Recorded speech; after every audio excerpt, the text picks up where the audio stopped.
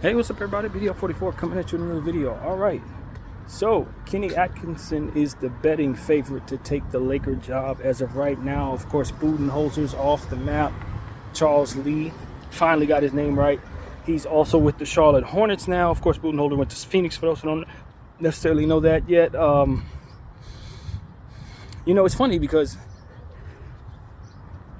Kenny Atkinson was a name that I mentioned about 2 years ago or 3 years ago when we were first starting to do our coaching search. After, I think it was actually before we hired Frank Vogel. I don't really remember which time that was, but I remember early on when I first started talking about the Lakers coaching situation for one of those two hires. I remember mentioning Kenny Atkinson and then started seeing his name pop up after I came up with it myself. No bullcrap. No bullcrap, because one of the reasons why I said that I was interested in Kenny Atkinson at the time was because he had done a good job with the Brooklyn Nets. And I was trying to figure out who I trusted to try to take over the reins to try to help us get to where we wanted to go.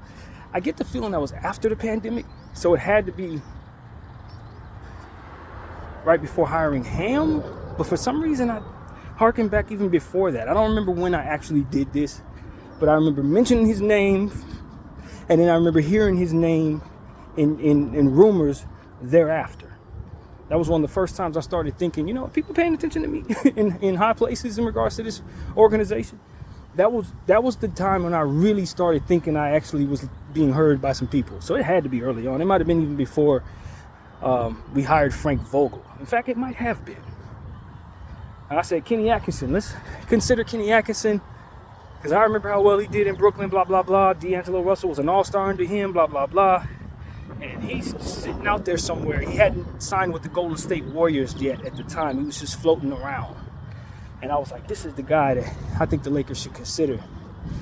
I do believe that was probably before the pandemic. Probably like in 19 or something like that. But anyway. So, fast forward. I think that it only makes sense for me to endorse him. But the thing that concerns me is it's not really concerning. It's just I've learned a little bit since then. I understand that he wasn't kept there because of some circumstances that had to do with him coaching stars. Once the stars came in, he was ousted.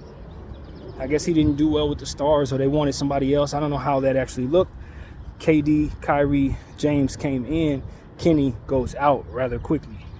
And then from what I understand, he had gotten into it with another prominent assistant coach. I don't remember exactly who the name was, but I heard this yesterday. So in that same situation, he had lost some friends over there, I guess you could say. So he's been with the Golden State Warriors as an assistant for a couple of years now. If I'm not mistaken, they've won a championship since. Yeah, I'm pretty sure I mentioned it before the Frank Vogel hire, because he ended up winning the championship after that. And it changed some things, because now I look at him as somebody who's probably best as an assistant coach, based on all that I've come to understand, coupled with how well he did in that situation. So that's what I'm wondering. Is he best as an assistant coach? And if so, maybe you bring in a JJ Redick and let Kenny Atkinson be your assistant if he would be willing to leave Golden State and join our organization under some capacity. I'm not against hiring JJ Redick. I'm just against hiring JJ Redick without veteran head coaching assistants around him. Just like with Frank Vogel, you're going to have to hire some babysitters, man. I don't mind letting JJ be the leader, but he's going to need people who know what they're doing in his seat next to him. People that he trusts. Somebody that he'll defer to if things go bad. Someone who could take over if for some reason it's really bad. That is exactly what I think we need. And when you're hiring a rookie coach, you don't want to disrespect him by saying, I'm going to hire your assistants for you, but you want to have some control over that just the same, just in case they don't do it the right way. Because I think that's what kind of went wrong with Darvin Ham. I just didn't like the structure of his assistant coaching situation. He only had like 2 or 3 assistant coaches, it seemed, most of the time he was here, and they didn't seem to really have the hold on things either. So it's like you got to find some sweet medium between forcing a guy into situations where he's working with people he doesn't want to work with, and allowing him the freedom to kind of have control over who's around him. There has to be some sweet medium. There has to be some balance there. So that's what I'm looking for the Los Angeles Lakers, to just put themselves in a position to have some control over their assistant coaches, but also just the same, having let these new guys, whoever the new guy is going to be, feel as if he's not being disrespected at the very least. So that's really where my head is. I just want to see the Los Angeles Lakers make a good decision with the coaching situation, not just with the head coach, but the assistants, especially if you're going to bring in a rookie guy. So this is one of those situations where if everything goes wrong, I think Kenny Atkinson could possibly end up being our head coach, but I don't necessarily think he'll actually end up with the job to start of October. I don't actually think he'll be our head coach. Now, if he is, that's cool. You know what I mean? I'm not like I said, it was me who initially said that he should be considered for the head coaching job, but it's been like 4 or 5 years since then. You know what I mean? So I don't know if that should be considered him getting better since he's been an assistant coach of an NBA champion since then, or if it's more so understood he's probably better at that position. I don't know, but to say I'm as high on him as I was to be my head coach under this circumstance, I'm not, because I think these circumstances have changed. I think we have more of a tighter window. I think we're going to be working with less. I think the pressure is maybe potentially higher, and the patience may be even lower. Margin of error is much lower since we've done the Russell Westbrook trade since then and depleted a good portion of our assets. Now we have less to work with since then. So it's a lot of things that I say we have a lesser margin of error and more likelihood of hard times. And I think we should adjust our thinking to what we were thinking back then in regards to who we want to be our head coach and what that criteria and what those expectations and all of those different things should mean for that player, that person. So I don't know that I'm going for Kenny Atkinson for this specific situation. But see, that's the thing, when you don't have the greatest coaching availability, it's kind of hard to be a chooser, so to speak. You know, we got to pick from what we see is there, or take a chance on someone who may not necessarily have the experience. I think that might be a bit of a risk, but so is everything else having to do with holding on to this timeline with this core. You know, just a different conversation to slide into in regards to the Lakers. One thing that I'm a bit frustrated with is the narrative that there is so much of a risk in rebuilding or moving on from certain assets to get a little more diversified player on our team, or however that goes, rather than being in a 3-star model. I'm frustrated with the conversation surrounding what happens if we go through the draft and it goes bad. I'm a bit frustrated with that. I understand that's a very good risk. You could very easily swing and miss in the draft. I'm not only aware of that, I have a healthy concern about it, but no more than I have a concern about being in no man's land with a team that's not very good. No more of a concern than I have with being attached to a roster that can't get better but can't benefit at all, because it's one of those situations where you can't get worse for a purpose because our picks are not in place. Like, that seems like more of a what if it goes wrong risk to me than, you know, resetting this thing, hoarding a bunch of picks, and then trusting our scouts to pick those guys and going through that process all over again. That seems like more of a risk to me than keeping our core right now and continuing to invest in that core with assets that are not wise to mortgage. People are worried what happens if we do that with the picks, keep our picks, rather, but are not worried about what happens if we keep mortgaging them. It's like this is the lesser of two evils in their mind, and I definitely don't agree when you consider we don't have a coach. It doesn't look like we have the possibility of hiring the best coach. And that holds just as much of a risk in the sense that these guys are going to keep on wanting you to mortgage future. They're getting older. The demand for excellence in regards to keeping players around them is higher, and you are not getting any more of what you need to make that happen. And you're mortgaging more of it so that the possibility of that happening in future seasons goes out the window if you can continue to do what they want to do. That is far more of a risk to me than me getting about 30 picks over the next 10 years and possibly drafting badly, or those guys starting their careers off like Jalen is with injuries and stuff. Both hold a great deal of risk. But if you want me to pick the lesser of two evils, I'm going to go with where I have more. And while a lot of people may think you have more with LeBron James, not necessarily if what it takes to keep him is continuing to deplete what you have. You see what I'm saying? Especially with him at 40 years old. That's a worse risk. That's a worse risk. And I'm just tired of that narrative. But what happens if we draft wrong? What happens if you keep this dude and you have to keep on mortgaging picks from now until 2033? And he don't get no closer to an NBA championship, gets old as hell, retires in your jersey, and then you don't have any value represented in who he is being traded outward for that value. No one's scared of that? Everyone's scared of what happens if we draft poorly, but no one's scared of what happens if we keep the old guy in place? I just think people's priorities are messed up because they want to continue to remain quote-unquote relevant. And I'm telling you, the Laker organization is going to be relevant so long as it's in Los Angeles. It's in Los Angeles. People are going to want to come here and play here regardless because of the sunshine. But if you deplete it and make it somewhere that they can't win in, of course they're not going to come here. And in mortgaging your future for an opportunity for players who are in place to retire and then lose value because of it, that's not a better path. For some reason, I think my organization is dreaming of something that I think is a nightmare.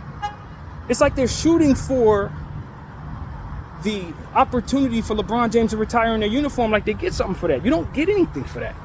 If he retires in your uniform, the value he's worth goes into nothing. It turns into literal nothing. That's not something to want. And for some reason, I'm getting the feeling that that's what they're aiming for. Let's keep LeBron James at all costs so we can get him to retire in our uniform. And that's a loss of value. That's not a gain in value at all. Why would we dream of that? Why would that be something that is our goal as an organization?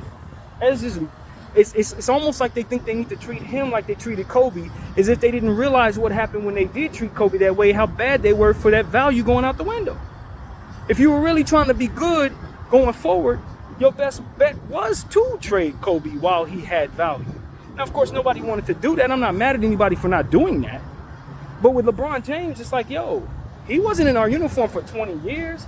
He didn't give us no 5 championships, 7 NBA Finals appearances. Why am I doing everything I can to assure that his value dissipates into nothing, as if that's something to want? I do not want LeBron James to retire in my uniform. What I want to do is capture his value and get it back in picks so it can go forward for many years to come. That's more of a want, rather than to let the man just retire and have some hurrah moment that leaves you bad, like the Cavaliers, like the Miami Heat after the guy left. I don't understand what the goal is here. It's almost like people should think they should want something that should actually be a nightmare. That is a nightmare. That's equivalent to a guy going down with a career-ending injury after being worth 7 picks. You don't want that. And at 40 years old, if you could still trade him for those 7 picks, shouldn't that be something you want? I don't understand what people are going for with this organization, man. Doesn't make any sense. It's almost like they think they should want something that really, actually, they're going to hate having be their reality. And so for me, it's like, yo, can we center ourselves into understanding what's going to make us relevant actually? The city of Los Angeles is going to make the Lakers relevant. The fact that people are going to want to come here no matter what, because most of the other cities don't have the wonderful weather, don't have the 17 championships, don't have the lofty expectations for great players to live up to other great players of the past, that's going to attract you everything you want. You don't have to do anything extra for superstars, man. You don't have to. And I just think Jeannie Buss believes she has to do everything to keep superstars happy because that's the reputation she wants.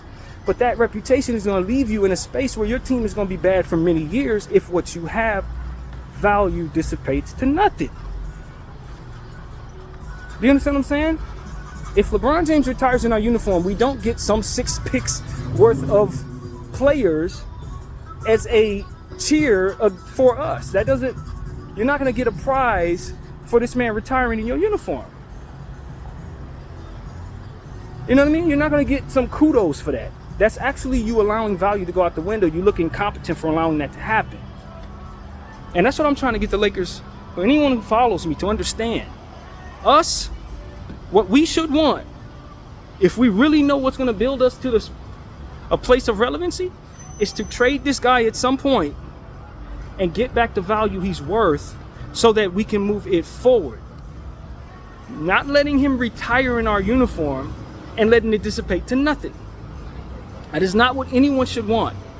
That's not going to bring you the best path to being as good as you can be for a long period of time. That 1 year where you get to do his last hurrah, that ain't worth the 6 years that you're going to suck for having his value disappear after that. It's not worth it. So that's what I wanted to say, man. I just think people are looking at things absolutely and utterly backwards. I'm trying to do everything they can to make a 40-year-old happy, ultimately for him to retire in uniform and you get nothing for it. That is opposite of what we should be doing. We are trying to move forward into the future as an organization with young talent constantly coming into the league every single year, and you mortgaging your picks to make this team with this older person as good as it can be, only for him to miss games with injury because he's older, is absolutely and utterly backwards, and your team is going to be very bad for a long time because of it. That's what the projection shows. Now, could it go right? Of course. Just like if you do what I'm telling you, you could find yourself in a situation where you draft poorly and it can all go wrong. There's no perfect science to this. But if you're going to be paranoid about something going wrong, it shouldn't be about being paranoid if you don't draft well after accumulating all the assets you need that could be tradable, so you don't even have to draft. But it should be about what happens if you keep this 40-year-old dude, he retires, and then you have half your value go out the window because of it. That's more something to be worried about. That's something that's going to have people mad at the Lakers for years to come, because the team ain't going to be worth watching when you let that happen. So that's my point of view, man. I think people are backwards right now. I really think they're backwards, and they're going to usher us and our fan base into a terrible era of Laker basketball where we have Robert Sacres and Xavier Henrys and Smush Parkers up and down the roster. Not a Kobe or a LeBron anywhere in sight, because those role players are not going to be worth coming to LA to play with. However, if you trade everything you have right now, reset your situation, you will get the best young talent between now and 2030. And then with those being on rookie contracts, you will find yourself being able to attract superstars with a deep basketball team. But people are afraid to give up on LeBron James. It's like LeBron James is going to be retiring anyway. And you're going to be the team that loses half your value because of it, while the rest of the NBA doesn't have that problem. While you're dreaming of that being something you want, you don't realize everybody's looking at you saying they can't wait for you to do it. Any team in their right mind is going to trade this man. If not now, after he signs this contract somewhere within the next 3 years. You trade him, you capture that value, and you find an opportunity at the lesser of the two evils, which is having more assets to use to develop young players or to trade them away for whatever you want. Remember, draft picks are not just young players. You don't have to use them. They're valuable in the market. You can trade them. So for me, it's like, this is a no-brainer, man. I'm not holding on to nothing past last year. This is the year I'm starting my rebuild. I'm trading everything I can for picks. I'm doing it now because I'm not going to risk another year of this guy going for 50 games a season, having another injury, or Anthony Davis going for another injury and making it so that LeBron James is playing on a team where he has to do too much and ends up being injured any damn way. Neither one of them are expected to play over 72 games again. You're not expecting that. If it happens, great. It's just like any other risk. You roll the dice, maybe it works out. But if I'm trying to lesser my risk, I'm not about to go forward with somebody that's 40 years old, friends. Not playing basketball against 20-year-olds. That's craziness. That's absolute craziness, man. And to think my team actually wants to do that? Nah, man, somebody got to speak some sense into y'all, bro. I'm hearing a whole fan base versus people, full of people thinking backwards. And what's the team going to look like when that happens? What's the team going to look like? I'll tell you what it looks like. Robert Sacre, Xavier Henry, Smush Parker, Troy Murphy. I know what that looks like. We've been there already. I don't want to go back to that. Not to mention that we have a GM in place that has really done things wrong around the margins, and as a result, our team has lesser role players just in general from which to work with. So you know the team's going to win like 15 games. If LeBron James' entire value disappears into nothing, then what do you think? Anthony Davis going to want to sit there and play with Max Christie? Man, he going to want out. And if teams know he wants out, what do you think you're getting for him in the market? Not what he's worth. So that's what I'm saying, man. I think people are, and I don't want to use the word purposefully as if they want to be bad, but I think they're willing to swallow that for whatever little reasons they have. And as a result, our fan base is going to be watching some bad basketball in the second half of this decade, man. Some very bad basketball. Because people are going to let guys who are worth 6 and 7 picks dissipate into nothing so they can have a hurrah moment and retire their jersey, for which we don't do any damn way. His jersey's going up regardless. He doesn't have to do it in our uniform. The man's a nomad. And I'm not against him having a home. But when you have less already, that's not the home he needs to be retiring in. Now, if I were San Antonio, I got 1 million picks. I can afford to let value like LeBron James walk away because I still got it made up in other things. But because we did all types of dumb stuff, we're the very last team that should be thinking to do that. Let him retire in Oklahoma. Let him retire in New York. Let him retire where they have that value already made up in tradable assets. You don't have it. And you're dreaming about letting half of what your assets essentially are retire for some rah-rah moment to say, yo, I was able to get him to retire my uniform. Like, that's something to want. You look stupid. Nobody intelligent is actually thinking that in your situation. So somebody needs to say that, man. This is not that hard of a science. It's just people want to celebrate the wrong things. And that's what I've been saying about this era the whole time. Every time we celebrate something, we're getting beat by the Denver Nuggets. Celebrate 40,000 points. Get beat by the Denver Nuggets. Celebrate somebody else's record. Get beat by 1,000 points. Like, you're not actually celebrating the stuff you should be. You're putting banners up for in-season tournaments. Come on, man.